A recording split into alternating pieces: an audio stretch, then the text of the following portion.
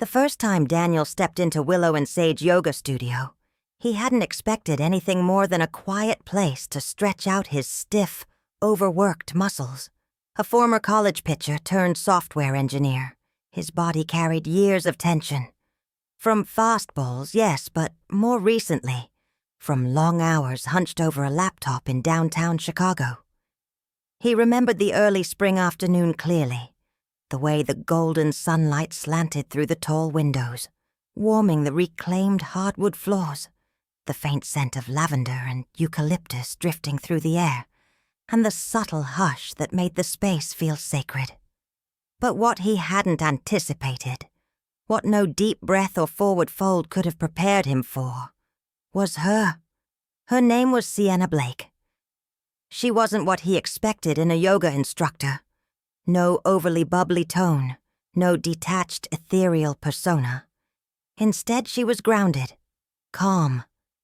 Her voice held a husky softness that settled under your skin and stayed there, and her movements, precise, fluid, seemed more like poetry than exercise. She had a dancer's elegance and a presence that lingered in the room long after the class ended. Her eyes, a shade between sage and gray, locked onto him during his first downward dog adjustment, and something inside him tightened. Not discomfort, not surprise, but something else entirely. A tension not of the body, but of the heart. He had started coming twice a week, then 3, always signing up when he saw her name on the schedule. Their interactions were brief at first. A nod, a small correction of his posture, her hand pressing lightly between his shoulder blades to deepen a stretch, her voice in his ear reminding him to breathe. But something flickered in those shared glances, a quiet exchange that neither of them gave voice to, but both acknowledged. His eyes lingered too long on her profile, during standing poses. Hers occasionally found him in the mirror, when she thought he wasn't looking. That Thursday evening was quieter than usual.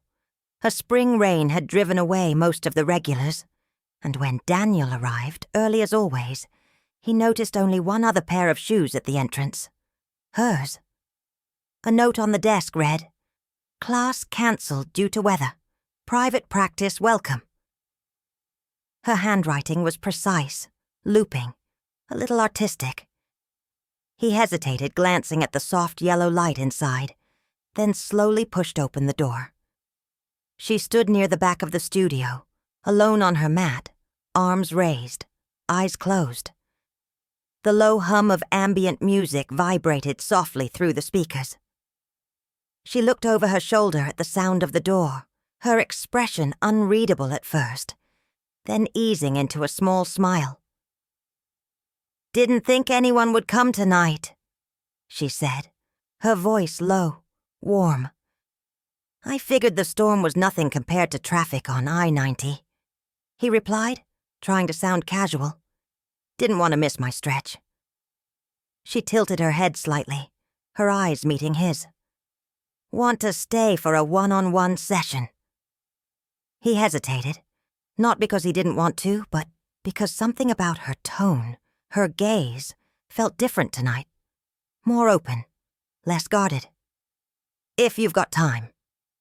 "I do," she said, stepping aside, gesturing toward the mat beside her. "Let's begin." They moved slowly at first. Her voice guided him, low and close, as they eased through sun salutations. The rain tapped against the windows, steady and soothing. The studio lights were dimmed low, the scent of sandalwood now mixing with the earthy aroma of petrichor seeping in from outside. She came behind him during a lunge twist, adjusting the angle of his hips with both hands, her palms warm, fingers firm. He inhaled sharply, not from the stretch, but from the contact. She didn't move away immediately. Her touch lingered, almost thoughtfully. "You're holding a lot in your shoulders," she said, her breath brushing against the side of his neck. "I hold a lot everywhere," he murmured, and she gave a quiet laugh. But there was a hitch in it, barely perceptible. They moved into partner poses, and their hands met more frequently. In Warrior 3, she stood behind him, her body almost flush with his, guiding his arms as she whispered corrections into the space between them. Her voice, so close to his ear, made his skin prickle with something that had nothing to do with the difficulty of the posture. When they knelt across from each other in Sukhasana, simple cross-legged breathing, he looked at her and found her already watching him. The silence was different now, no longer peaceful. It pulsed. "You're very focused," she said, her voice barely more than a breath. "So are you." They sat there, the rain whispering secrets to the window panes, the dim light catching the sharp lines of her collarbone beneath the loose neckline of her tank top. Her hair was slightly damp with sweat, and she pushed it back absent-mindedly, her eyes never leaving his. It felt like they were suspended in some strange place where time slowed and the rules changed. His breath was shallow. Hers matched it. Then she rose slowly, deliberately, and walked behind him again. "Close your eyes," she said softly. "Let me guide you." He did. Her hands found his shoulders first, gentle, grounding. Then she moved lower, pressing her palms into the small of his back, applying pressure that made him exhale deeply. Her thumbs traced the edges of tension in his muscles, and the air between them thickened. "You carry more than stress," she whispered, almost to herself. "You carry silence." His eyes opened then, turning to look over his shoulder. "So do you," he said. She didn't move away. Her hand remained on his back. He could feel the heat of her through the cotton of his shirt. When she finally stepped around to face him again, her expression had changed. Something in her gaze burned a little brighter, and when she knelt beside him again, their knees touched. Neither of them spoke. Her hand rested lightly on his forearm now, thumb brushing the sensitive skin near his wrist. Her breathing was calm but deeper now. His mirrored it. He reached up tentatively and tucked a loose strand of hair behind her ear. She closed her eyes at the contact, leaning just slightly into his touch. "I didn't come here for this," he said quietly. "I didn't expect it either," she answered, equally quiet. "But here we are." And then she leaned in, not fast, not forceful, but gently, like she was testing the very air between them. Her lips met his in a slow, barely there kiss, the kind that asked more than it promised. He responded in kind, his hand finding her cheek, pulling her just a little closer, deepening the kiss with the kind of restraint that only made it more intense. When they finally pulled apart, neither opened their eyes right away. It was as if both were afraid the moment would vanish if they looked at it too directly. But it was real, and it had already changed everything.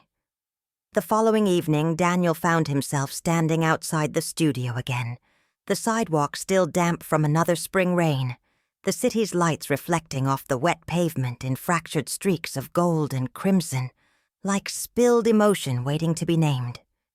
He hadn't intended to return so soon, hadn't even packed his mat, but his feet had taken him here with the quiet insistence of longing, that unspoken need that threads through the chest, like a whisper you can't silence. The glass door was unlocked.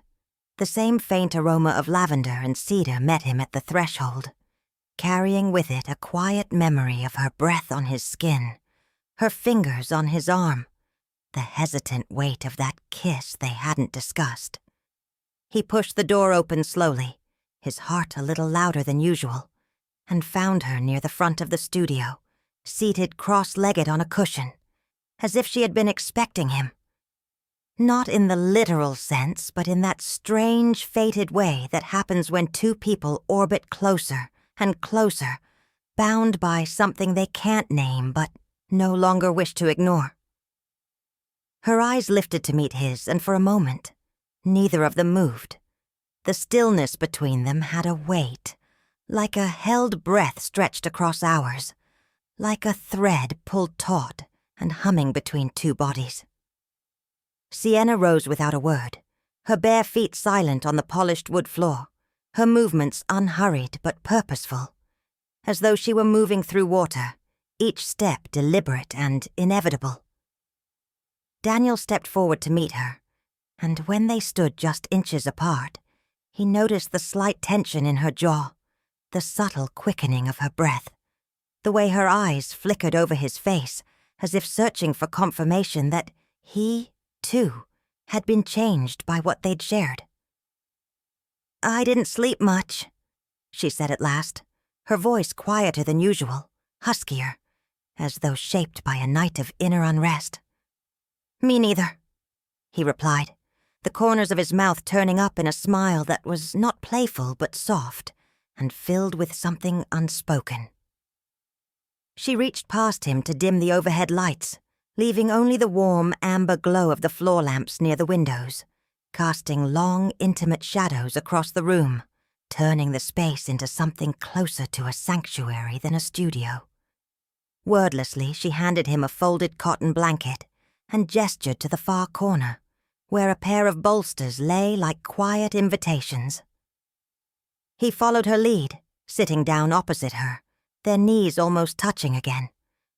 The rain outside had begun again, soft at first, barely a murmur against the windows, but enough to press the silence between them into something more weighted, something that asked for honesty.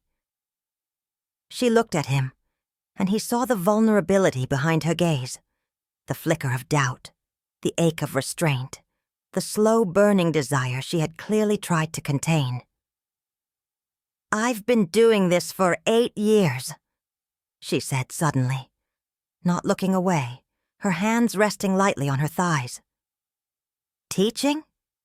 he asked, though the word barely escaped his lips, as if afraid to interrupt whatever was unraveling between them. "Yes. Teaching.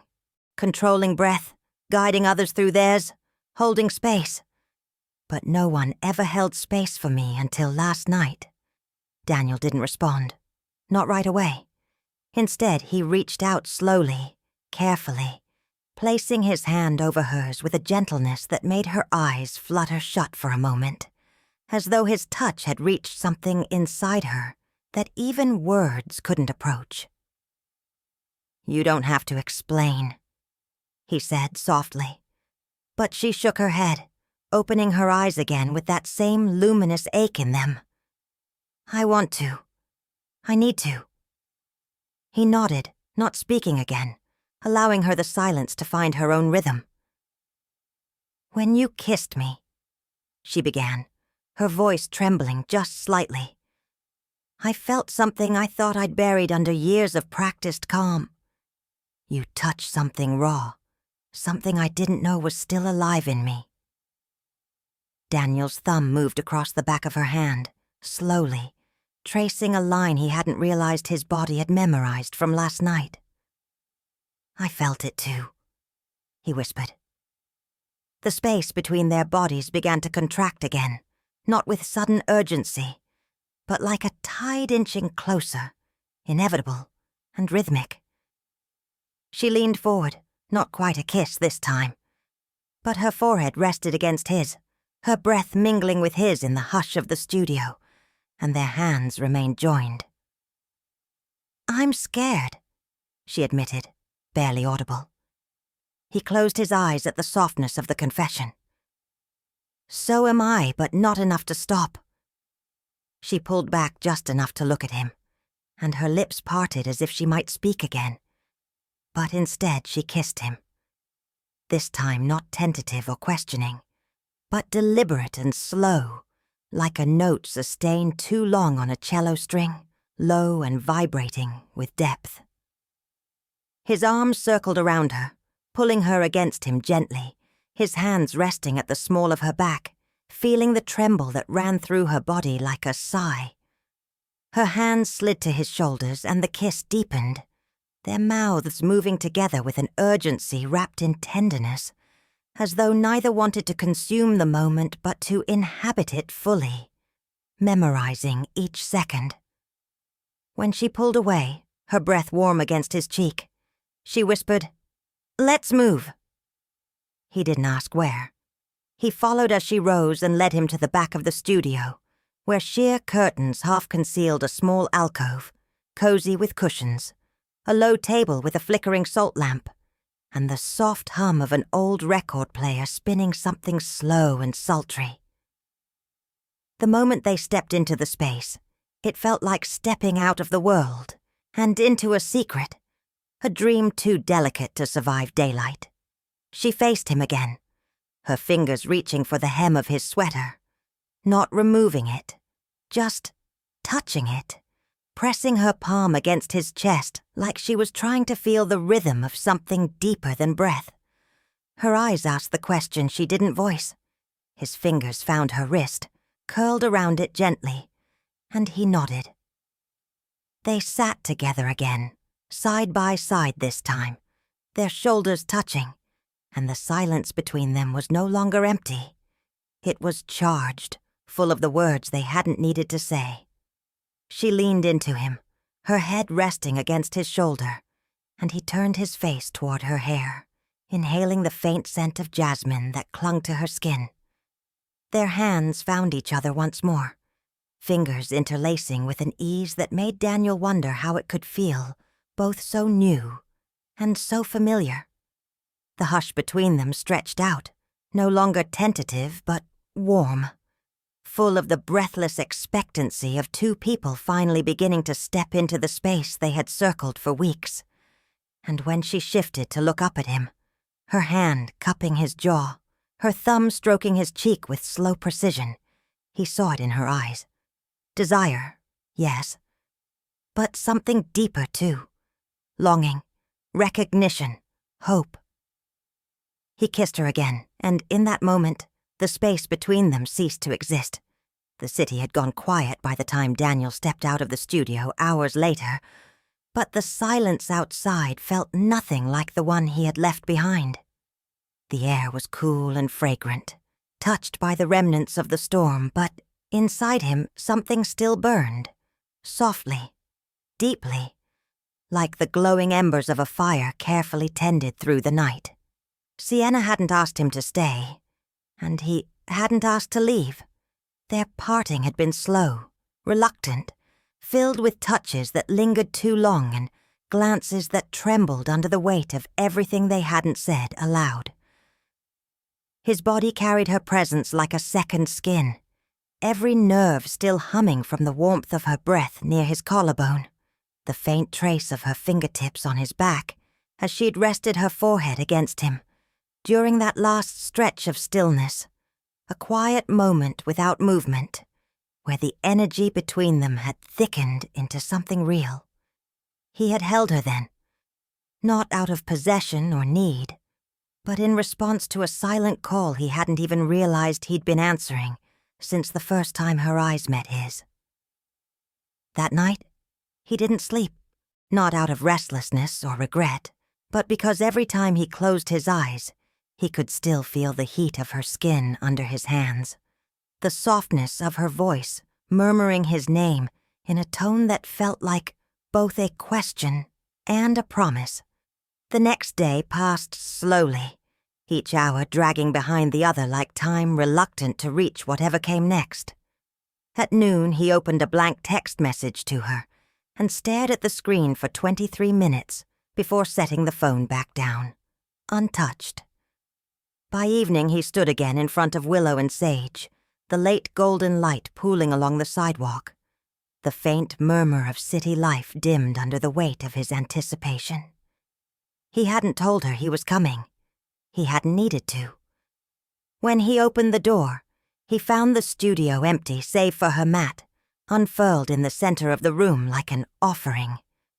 Sienna appeared from the back, barefoot, her leggings dusted with chalk from the wall.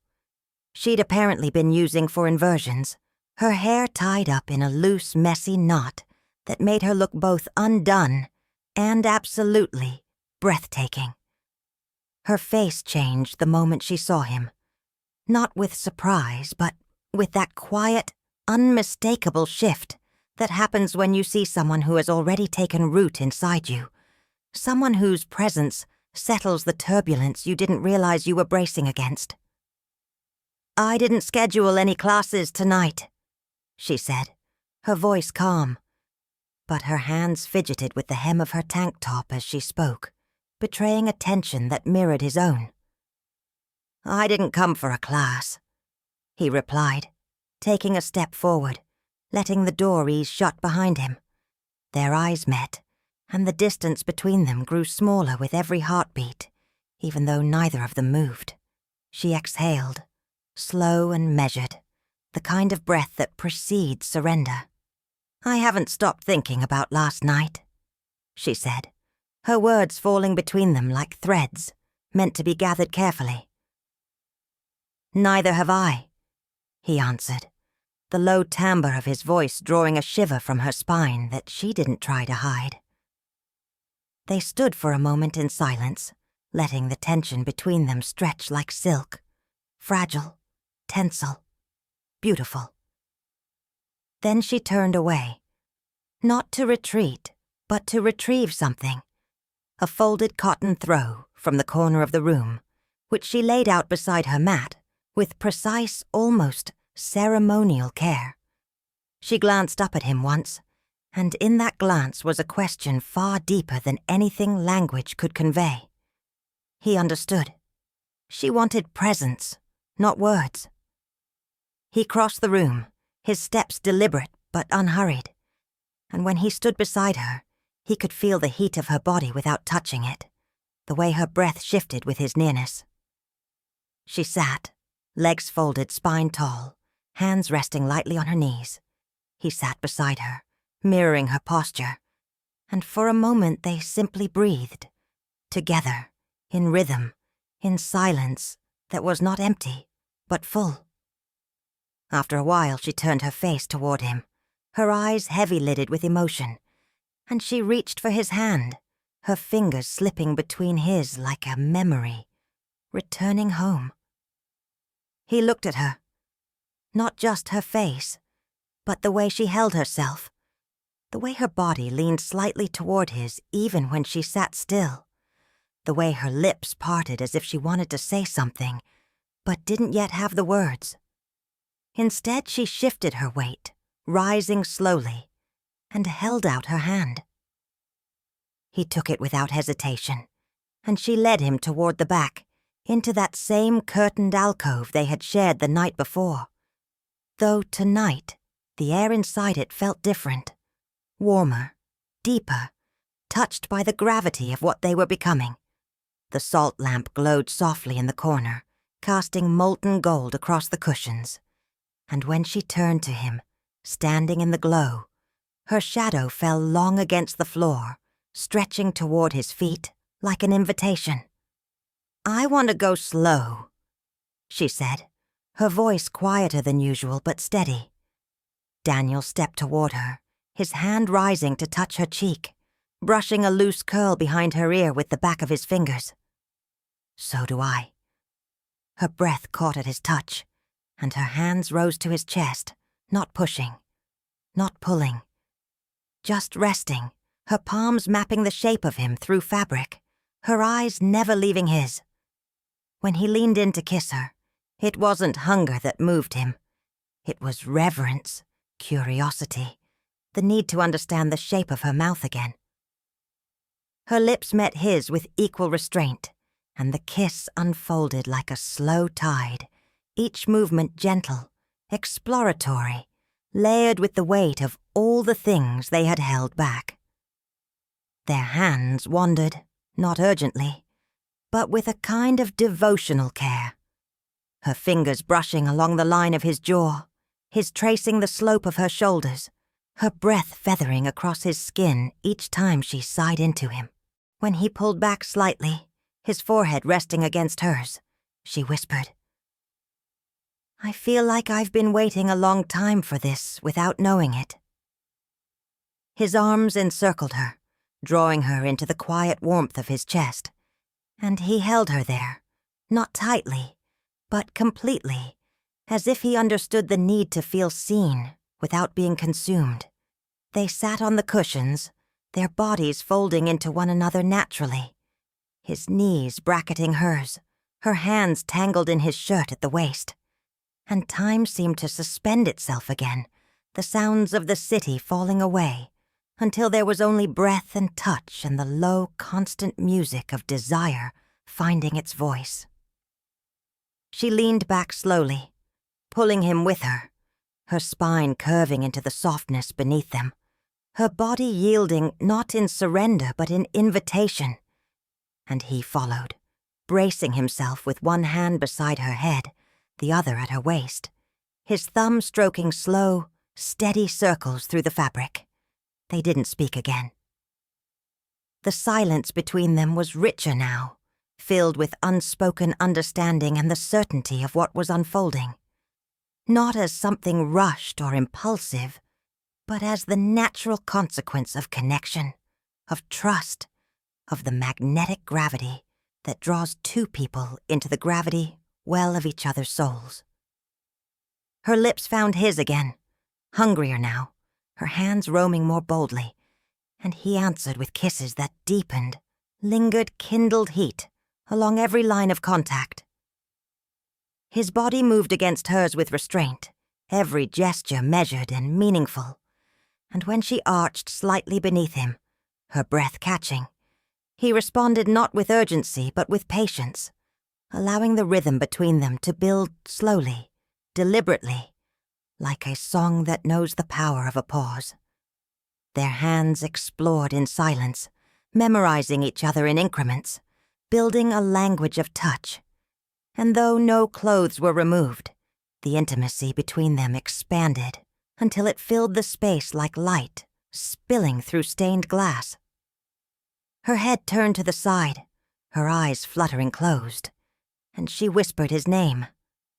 Not as a plea, but as a confession. Daniel pressed a kiss to the corner of her mouth, then to the line of her jaw, then lower, his breath mapping a path that made her tremble beneath him. Their bodies moved as if in ceremony, slow and reverent, never breaking rhythm, the entire moment stretched like silk between seconds, fragile and incandescent. And when she finally met his eyes again, when her hand cupped his cheek and her thumb brushed the curve of his mouth, they both knew, without question, that the line between them had blurred, not crossed violently, not shattered, but melted, softly, sweetly, irrevocably. Sunday arrived with the kind of stillness that settles over a city just after sunrise, when the air is cool and unclaimed, and everything feels suspended between what was and what might be. Daniel walked the 6 blocks to Willow and Sage in silence, his breath fogging lightly in the early morning chill, his heart beating not with nervousness now, but with a charged anticipation that warmed him from the inside out. Each step carried the memory of her, the soft cadence of her voice guiding him through movement, the fleeting pressure of her fingertips correcting his form, the hush of her breath just before their lips met in the half-light of the studio's back alcove. But none of those moments, not even the long-waited silences they had shared with their foreheads touching and their fingers entwined, had crossed the final, irreversible line they'd both been circling. Until now. He didn't knock when he reached the door. The lock clicked open with a quiet assurance, and the space greeted him like something sacred. Dim and golden, the studio bathed in early light, filtering through gauzy curtains, the scent of sandalwood clinging gently to the air like memory. She was there already. Sienna stood barefoot in the middle of the room, her back to him, wearing soft slate-gray yoga pants and an ivory top that hung off one shoulder, exposing the line of her neck and the gentle slope of her spine. Her hair was unbound for the first time since he'd met her, falling in soft dark waves down her back, and the moment she heard the door click shut, she turned. Their eyes met, and that was all. No greeting, no words, just that look. And in that look was everything. Recognition, longing, certainty. He crossed the floor toward her slowly, every step echoing like a heartbeat against the wood. When they stood face to face, he didn't touch her right away. Instead, he simply breathed her in, standing close enough to feel the warmth of her skin, the slight tremble in her breath, the magnetism that had grown unbearable between them. Her voice came soft, barely more than a breath. "I didn't sleep last night." "Me neither," he murmured. "Why are we holding back?" "I don't know anymore."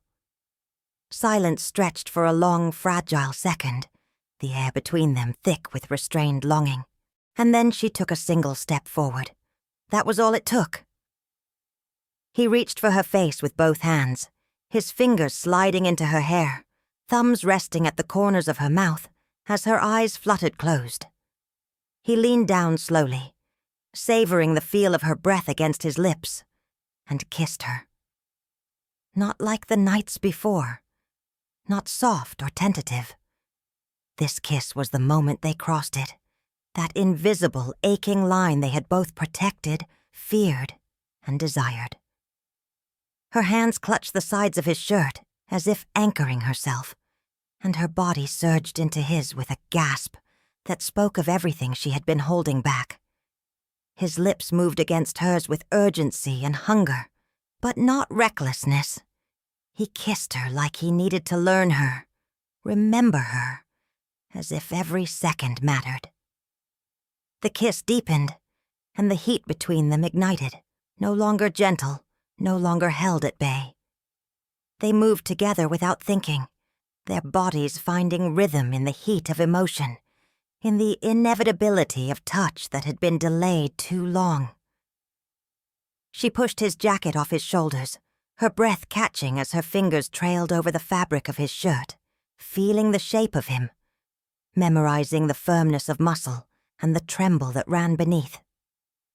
His hands roamed down her back, pulling her closer until no space remained between them, until she was pressed against him entirely, the curve of her hips fitting against him like memory, like destiny.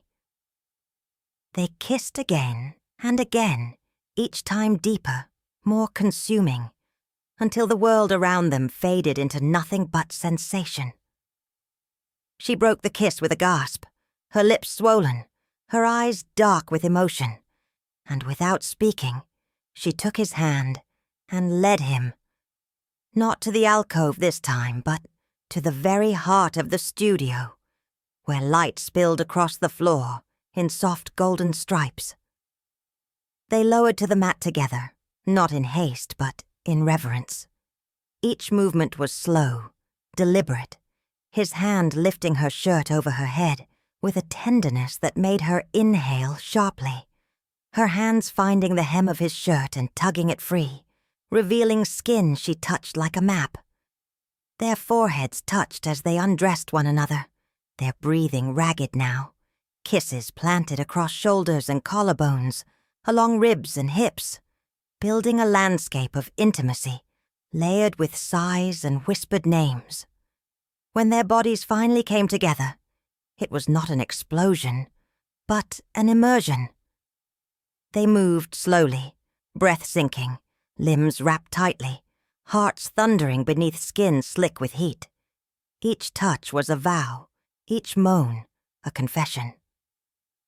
She arched beneath him, and he pressed into her deeper, their mouths meeting over and over, desperate and slow, savoring each connection like the first taste of something forbidden and longed for.